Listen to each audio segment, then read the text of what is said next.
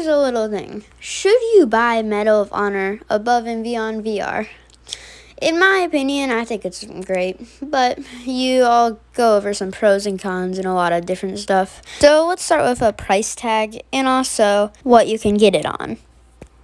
Medal of Honor is $60, and I believe it's a little overpriced, but it is 170 gigabytes, and we'll get to the specs later.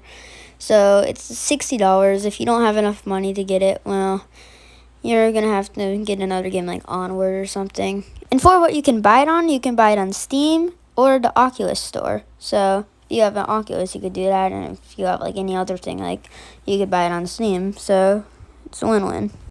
Next, we will talk about its specs, and that's really it.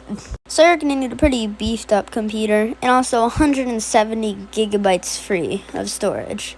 So you need a really good processor, which is an Intel i7 9700K, and you need a RTX 2080, and that's basically it. But you can play with lower specs and it won't look as good, but there are many reviews like this one saying it's a little off, but it still is really good, and some issues, but still it works really well. Now we'll move on to gameplay and like how it even feels to hold guns and stuff like that. So let's see.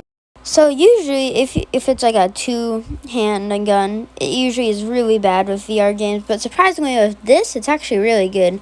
The only thing that's really bad is the scopes in this game. They're just terrible, but the pistols feel good and everything like that, and it feels actually real because you're holding the controller. You may get a little dizzy while walking around. It's pretty normal. Like the first time I played this a little bit, it was a little dizzy and stuff like that.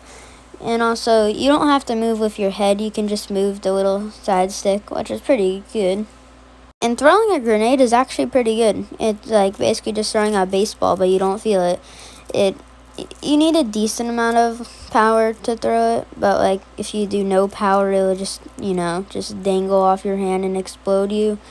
Yeah, so you don't want to do that. And doing like flak cannons and stuff like that, they're not the best because you have to move your head and then do stuff, shoot. So it's not like controller based, but you can change it in settings, I'm pretty sure, so you can make stuff feel pretty comfortable. Yeah, so the experience is pretty good. Like there's skiing and swimming, which is kind of glitchy, and you get a little bit of frame shutter if too many enemies are spawned in or something like that. So it's not going to be the best at sometimes, but it'll still be great. This could have been put in specs, but what headsets do you need to play Medal of Honor VR? Sorry for the questers and people like that, but you need a PC headset unless you have like a virtual desktop on your phone, which you can download like Shadow and stuff like that.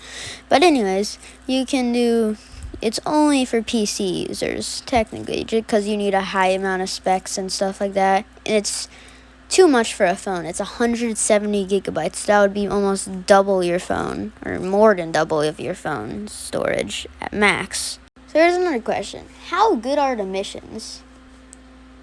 The missions start out a little slow, but that's okay, because around I went in like the train mission and mission 2, the last one, it starts to get really fun. Like there's a couple missions where you swim and ski, and there's also D-Day. You can play through D-Day. You can jump out of B-17. It's awesome.